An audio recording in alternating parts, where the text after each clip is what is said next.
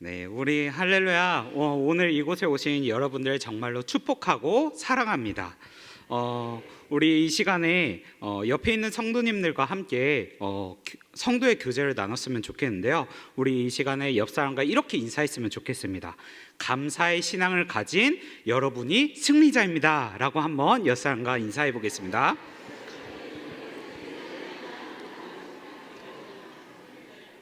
네, 맞습니다. 오늘 이곳에 나오신 그리고 감사의 신앙을 가지신 여러분들이 승리자이십니다. 네, 새해가 되면서 새해 전부터 서점에는 많은 책들이 나오는데 그 중에 인기 있는 책들이 있습니다. 그 책은 뭐냐면 바로 트렌드에 관련된 책입니다. 트렌드라는 말은 경제 용어인데요. 그 뜻은 소비 집단의 선호도를 조사해서 그 선호도의 변화를 가지고 그 분석하고 나타내는 자료입니다. 그래서 매년마다 책들이 나오는데 23년도 트렌드, 24년도 트렌드 하면서 세상의 소비와 유행을 알고 미래를 예측하면서 대비하고 앞서가는 내용들이 나옵니다. 그런데 놀랍게도 매년마다 유행적인 트렌드가 여러 가지가 나타나기 시작합니다. 예를 들면요, 트렌드 코리아, 그리고 친절한 트렌드 뒷담화, 그리고 부동산 트렌드, 그리고 채용 트렌드, 그리고 Z세대 트렌드, IT 트렌드, 한국교회 트렌드. 네, 이러한 많은 트렌드의 책들이 나오게 됩니다. 그러면서 많은 사람들이 여러 분야에서 이런 상황이 올 거다라는 미래의 예측을 하면서 분석의 자료들이 나타납니다. 트렌드의 책이 나오면서 사람들도 앞으로 유행과 미래의 예측을 선도하고자 많은 사람들이 찾아보고 있습니다. 예를 들면 작년도에 23년도에 트렌드 중에 이런 문구가 있었어요. 뭐냐면 챗 GTP라는 인공지능에 대한 이슈의 내용이었습니다. 챗 GTP라는 인공지능에 관련된 것은 어떤 뜻이냐면 대화형 인공지능을 의미합니다. 그래서 인공지능이 인터넷에 있는 정보들을 종합해서 도와주는 기능을 가지고 있는데, 예를 들면 제가 어떤 박사님의 스타일로 한국교회 관련된 논문을 10페이지로 정리해서 만들어줘 하면 그렇게 문자로 치고 딱 그러면 1분 만에 10페이지의 소논문이 완성이 된 겁니다. 요즘 세대가 이렇게 많이 변하고 있습니다. 그런데 이런 인공지능의 활용이 너무나 이제 앞으로 많을 예정이라서 대학교의 수업에서도 교수님들이 인공지능을 이용한 과제를 내기도 합니다. 그래서 많은 학생들이 인공지능에 활용을 하고 또한 그걸로 인해서 우리가 이제 많이 상용화가 되는 세대가 올 거다라고 말을 하고 있습니다. 그래서 오늘날 빠른 변화가 오고 있다는 거죠. 그러면서 시대마다 나타나는 다양한 트렌드들이 나타나기 시작하는데요. 이 트렌드 안에는 숨겨진 본질과 속성들이 있습니다. 그건 바로 세상의 인기와 욕망, 그리고 갈증, 지식, 돈, 성공에 관련된 내용들입니다. 그런데 이런 트렌드뿐만 아니라 우리 시대에 많은 사람들이 성공, 욕망, 갈증이 나타나면서 시대가 변화되면서 내가 선도하면서 내가 많은 것을 세상에 누리고 성공하는 삶을 살아가고자 합니다. 그런데 이런 유행과 트렌드에 민감한 세대들이 있습니다. 그게 누굴까요? 바로 아이들입니다. 다음 세대들을 말을 하고 있는 거죠. 예를 들면 제가 초등부를 섬기면서 초등부 아이들이 선생님과 인사하는 모습을 봤어요. 근데 한 학생이 갑자기 제스처를 하면서 막 이런 거예요. 이투더 동투더 교 이런 거예요. 혹시 아세요? 네, 저는 그 당시에 너무 몰라서 깜짝 놀랐어요. 뭐지? 이렇게 표현하니까 이 친구가 초등학생, 목사님 그것도 몰라요? 요즘 유행인 거예요. 막 이야기를 하는 거예요. 그리고 또한 아이들은 이런 유행에 대해서 많이 민감한데 이것뿐만 아니라 아이들과 이야기하면 많은 이야기를 합니다. 요즘 세대의 많은 빠른 변화를 경험할 수가 있어요. 예를 들면 요즘에 슬리피 챌린지가 유행입니다. 이런 신조어가 있어요. 이런 게임이 너무 잘 나가요. 그리고 요즘에 당근 칼이 너무 유행적이에요. 아이들과 장난쳐요. 그리고 요즘에 놀면은 아침에 일어나서 노래방 가고요. 그리고 같이 함께 친구들랑 코너 가서 노래방 가고요. 그다음에 밥으로 이제 마라탕을 먹고요. 마지막에 파자마 파티를 해요. 막 이런 이야기를, 코스 이야기도 합니다. 그러면서 아이들이 유행에 대해 민감하고 따라가려고 해요. 그런데 24년도에도 이런 트렌드와 유행은 계속 나타날 거고, 다음 세대들은 여전히 많은 영향을 끼칠 겁니다.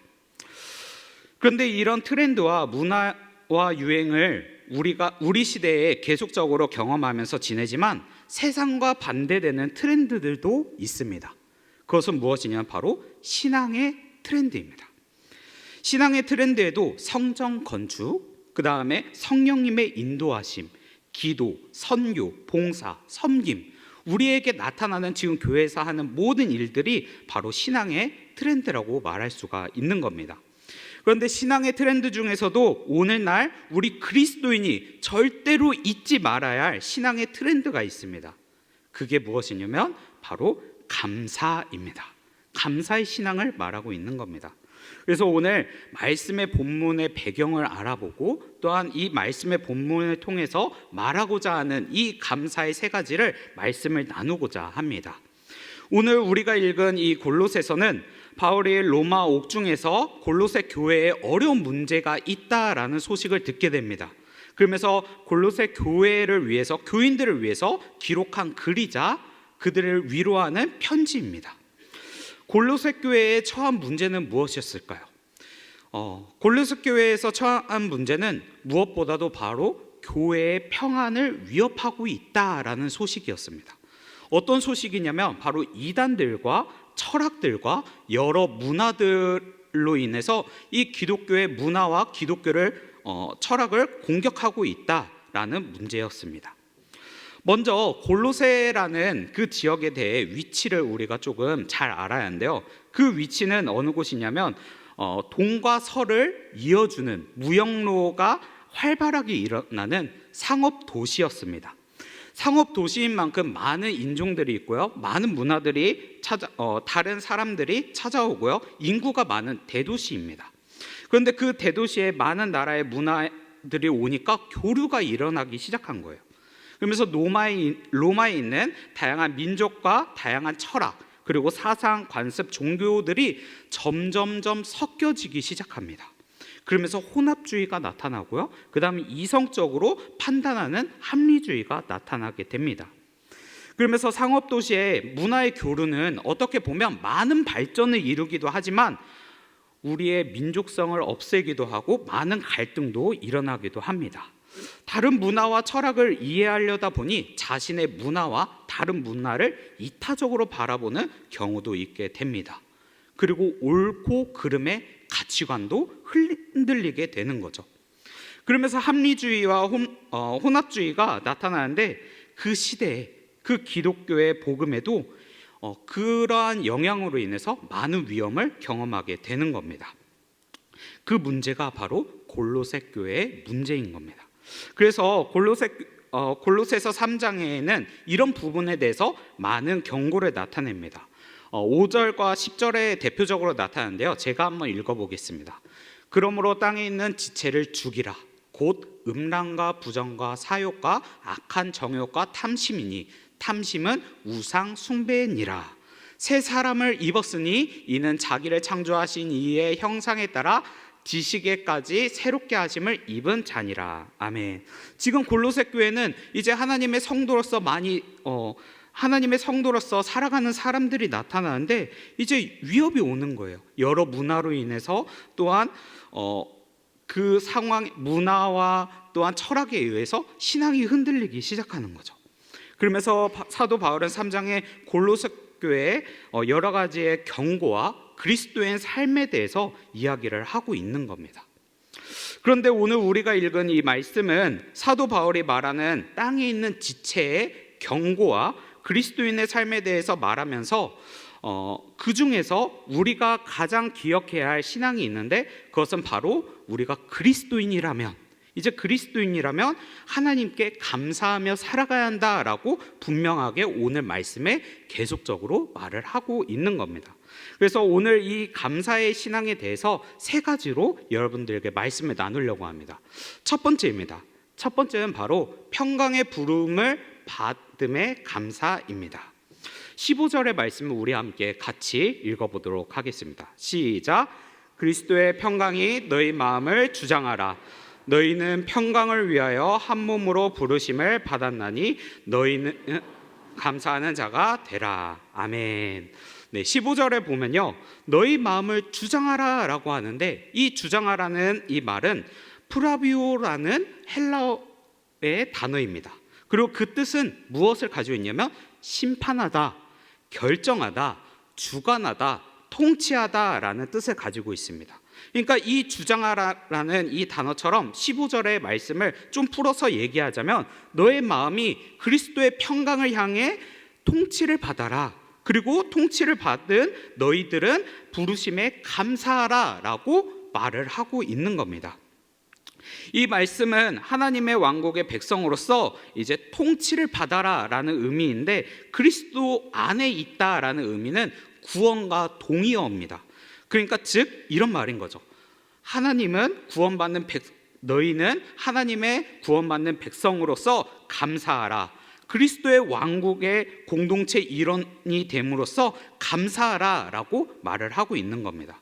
그러니까 이 말씀은 우리가 어떠한 상황에서도 우리가 그리스도 안에 있는 공동체라는 것을, 그리고 우리가 하나님께 구원받은 자라는 것을, 기쁨에 감사가 있어야 한다라는 것을 말하고 있는 겁니다. 제가 이 부분에 대해서 조금 저의 삶을 가족에 관련된 간증을 조금 하려고 합니다. 여러분들도 알다시피 코로나19 때에는 이 대한민국이, 온 세상이 다 힘들었을 거라고 생각합니다.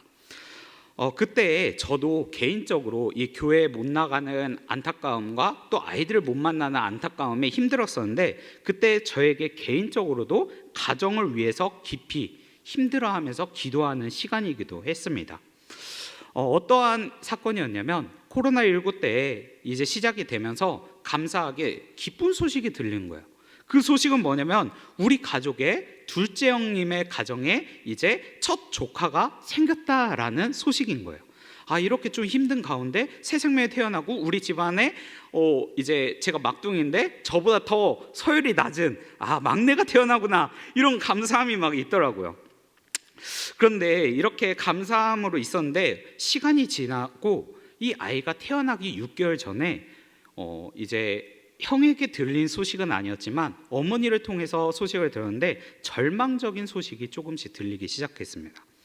뭐냐면 부모님이 저에게 연락을 통해서 알려줄 때 의사가 그런데 이 아이가 병이 있어서 태어나도 며칠 후에 죽을 운명이다, 죽을 거다라는 이야기를 하는 겁니다.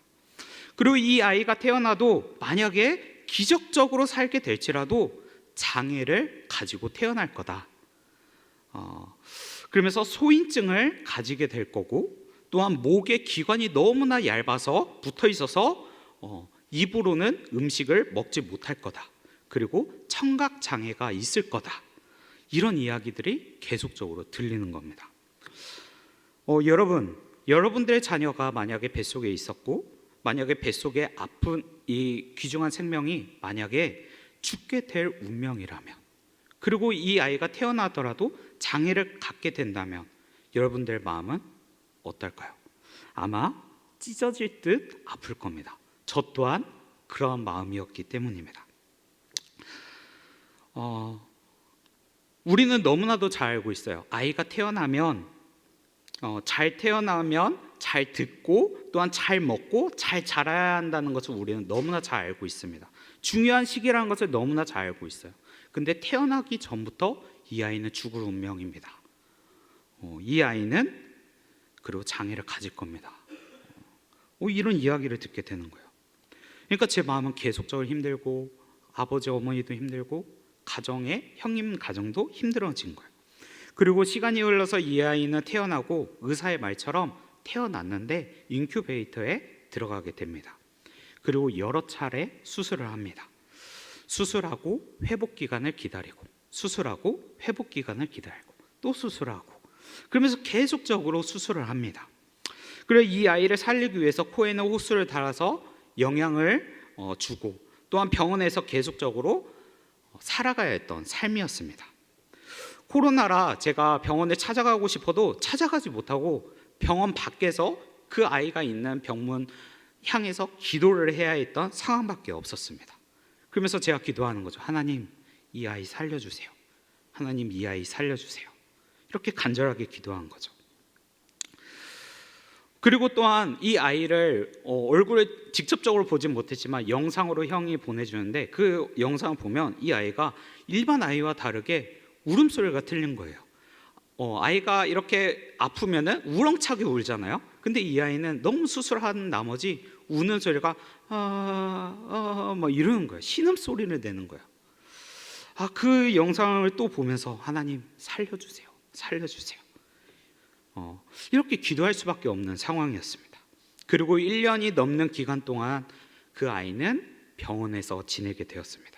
그리고 어느 날 감사하게도 이 1년 동안 병원에 넘게 지내다 보니까 이 아이가 이제 조금씩 괜찮아지자 의사가 이제는 퇴원해도 괜찮을 것 같습니다 라고 말하면서 가족의 품으로 가도 됩니다 라고 말을 한 겁니다.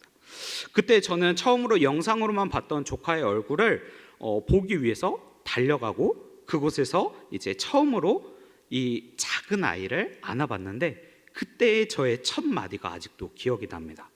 그게 뭐였을까요? 네, 맞아요. 감사합니다. 하나님 감사합니다.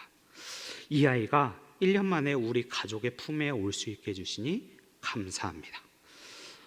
죽을 수밖에 없었던 이 아이를 살려주셔서 감사합니다. 앞으로 해결해야 할 문제점들도 많이 있지만 그래도 제 안에는 감사가 너무나 넘쳐났습니다. 그런데 여러분, 제가 제 조카를 위해서 이렇게 이야기하는 이유는 가족 품으로 조카가 돌아왔을 때 간절히 기도하고 기다렸던 것처럼 자신의 품으로 돌아오기를 오랫동안 기다렸던 분이 있습니다. 그분은 누구냐면 바로 하나님이세요. 하나님은 각 사람을 간절히 기다리고 있었던 거예요. 하나님은 죽을 수밖에 없었던 우리를 구원하기 위해서 하나님의 독생자 예수 그리스도를 이 땅에 보내주셨습니다. 그뿐만 아니라 우리를 위해서 죄가 없으심에도 불구하고 예수님이 십자가에 못 박혀 돌아가셨고 죽음에서 승리하시고 우리를 위해 구원의 길을 예비해 주셨습니다. 여러분, 왜일까요? 바로 하나님은 죽을 수밖에 없는 우리가 그리스도의 평강이 있는 그 공동체, 하나님의 품으로 돌아오기를 간절히 바랬기 때문입니다. 오늘 말씀의 사도 바울은 이단의 문제나 세상의 기준으로 살아가는 그 평강이 없는 죄인의 삶을 살아가던 우리를 향해서 이제 너희는 구원의 공동체, 평강이 있는 그 구원의 공동체로 마음을 주장하라, 통치를 당해라. 그리고 너희가 통치를 당할 수 있음에 감사하라 라고 말씀을 하고 있는 겁니다. 여러분, 우리는 구원과 은혜를 주심에 항상 감사하며 살아가기를 간절히 바랍니다. 그리고 두 번째로 말씀을 주심을 감사합니다. 우리 16절의 말씀을 같이 한번 읽어보도록 하겠습니다. 시작. 그리스도의 말씀이 너희 속에 풍성히 거하여 모든 지혜로 피차 가르치며 권면하고 시와 찬송과 신령한 노래를 부르며 감사하는 마음을 찬양하고. 아멘.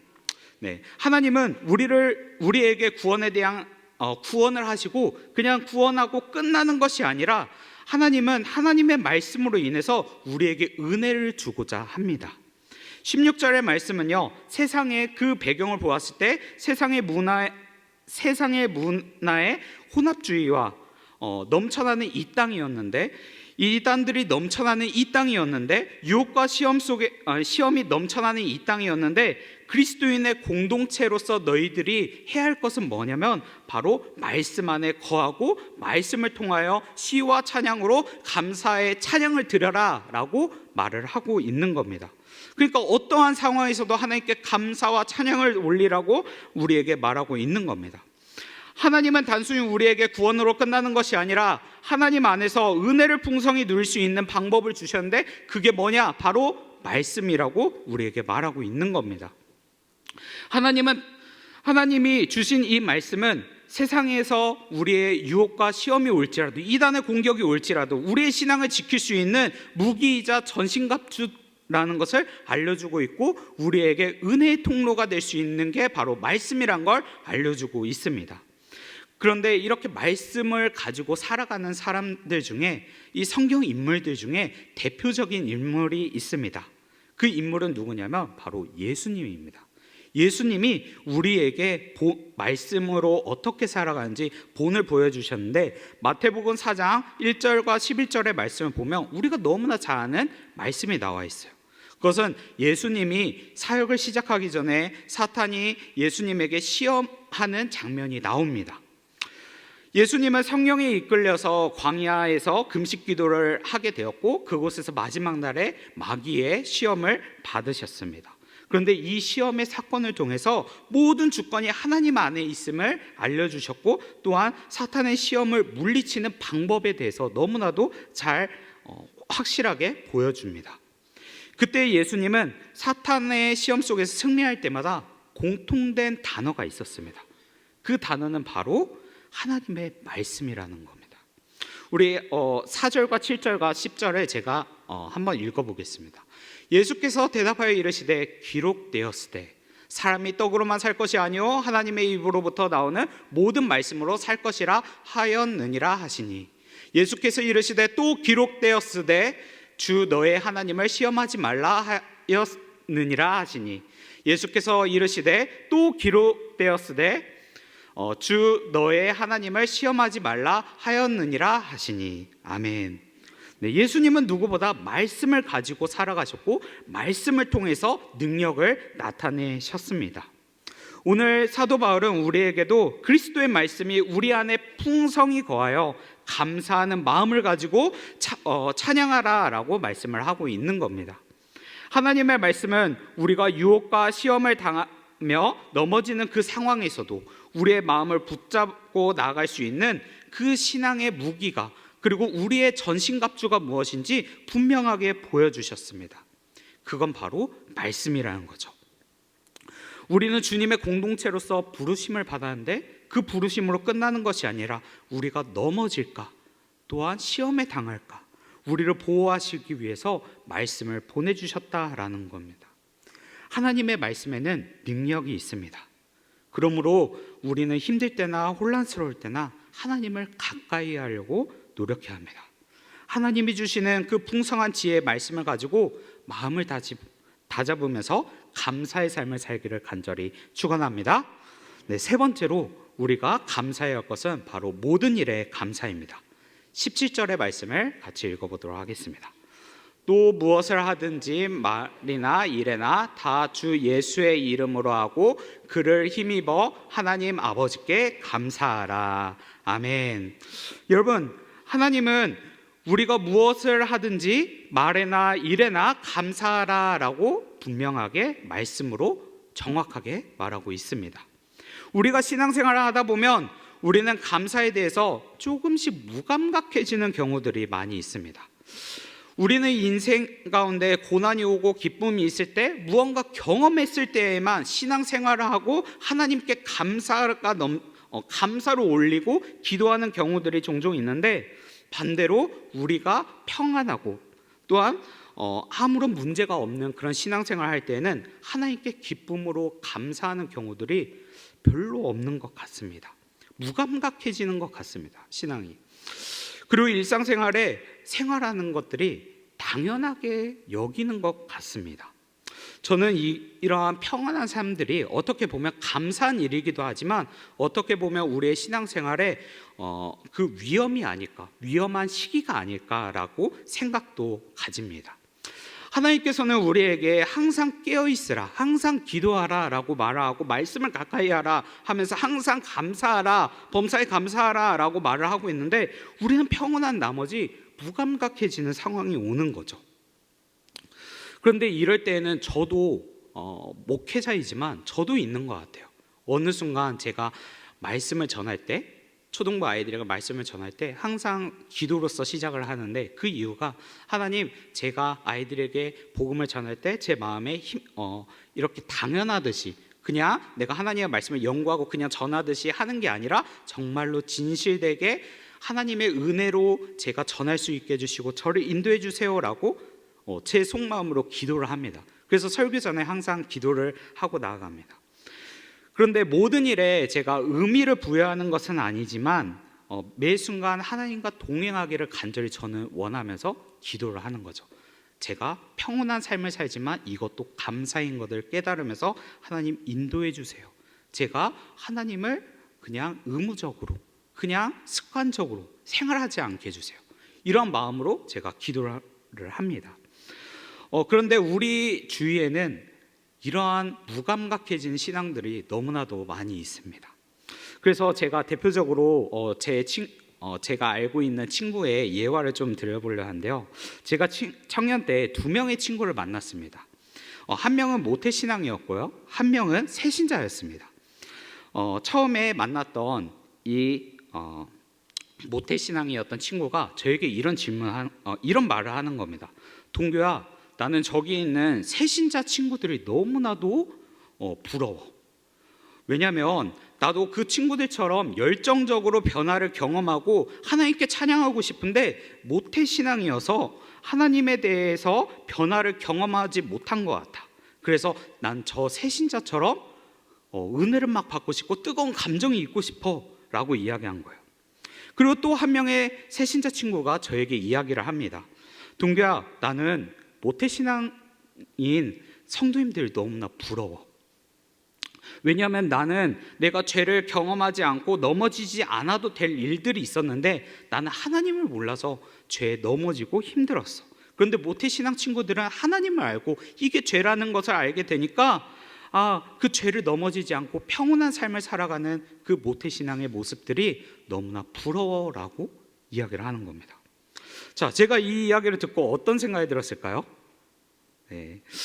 저는 이 생각이 들었습니다. 바로 하나님은 각 개인마다 신앙의 인도하심이 있구나라는 것을 알게 되었습니다. 우리는 서로를 비교하고 무언가 문제가 있어야만 우리가 은혜를 주시고 우리를 이끌어 주신다라고 생각하는데, 그게 아니라 각 사람에게 평온하면 평온한 만큼 우리에게 은혜를 주시고 위험이 있을 때, 시험이 있을 때에도 우리에게 그 시험을 통해서 주시는 은혜가 있다라는 것입니다. 여러분, 감사는 멀리 있는 게 아닙니다. 우리 주위에 너무나도 많이 있습니다. 오늘 말씀에 무엇을 하든지 말이나 일이나 다 예수님의 힘으로 나아가 하나님께 감사하라라고 오늘 말씀을 사도 바울은 성도님들에게 말하고 있습니다. 우리는 하나님이 우리와 함께 하시기 때문에 우리는 모든 삶에서 감사할 수가 있습니다. 여러분들이 어떤 상황에 있던 간에 감사해야 할 모든 이유를 한번 생각해 보시길 바랍니다. 오늘날 빠른 변화, 트렌드, 유행이 있는 세대이지만 이런 세대에도 우리 주위에 하나님께 감사할 일들이 너무나도 많이 있습니다. 너무나도 넘쳐납니다. 그래서 그 감사 이유를 하나씩 찾아가면서 하나님을 기뻐하시기를 간절히 소망합니다. 말씀을 마무리하겠습니다. 오늘 세 구절이지만, 우리가 읽었던 말씀은 세 구절이지만 계속적으로 나타내는 단어는 바로 감사입니다. 이 말씀은 우리에게 계속적으로 강조하고 있는 겁니다. 우리는 그리스도인이라면 하나님의 구원에 감사, 그리고 말씀을 주심에 감사, 그리고 모든 일에 감사에 대해서 말하고 있습니다. 우리는 그런 감사의 신앙을 가지길 바랍니다. 여러분은 오늘 여러분들은 삶에서 24년도에 하나님께 어떤 감사를 드리며 살아가고 싶습니까? 하나님의 구원에 대한 감사가 넘쳐나면서 살아가고 있습니까? 하나님이 주신 그 말씀을 기억하면서 삶에서 동행하며 나아가는 그 감사의 삶을 드리고 있습니까? 모든 일을 하나님께 영광을 돌리면서 나아가는 감사의 삶을 살고 있습니까? 우리는 어떠한 상황에서도 어떠한 순간에서도 감사를 드리길 바랍니다. 오늘 우리에게 주신 이 말씀을 통해서 여러분들의 삶에 계속적인 감사, 그리고 24년도가 이제 시작되었는데 시작부터 끝날 때까지 우리의 삶 속에 계속적인 감사, 그 감사가 넘쳐나길 바랍니다. 세상은 계속적으로 변합니다. 그렇지만 우리가 그곳에서도 바라봐야 할 건 하나님입니다. 하나님께 감사함을 가지고 나아가는 하나님의 백성, 하나님의 자녀가 되기를 간절히 소망합니다.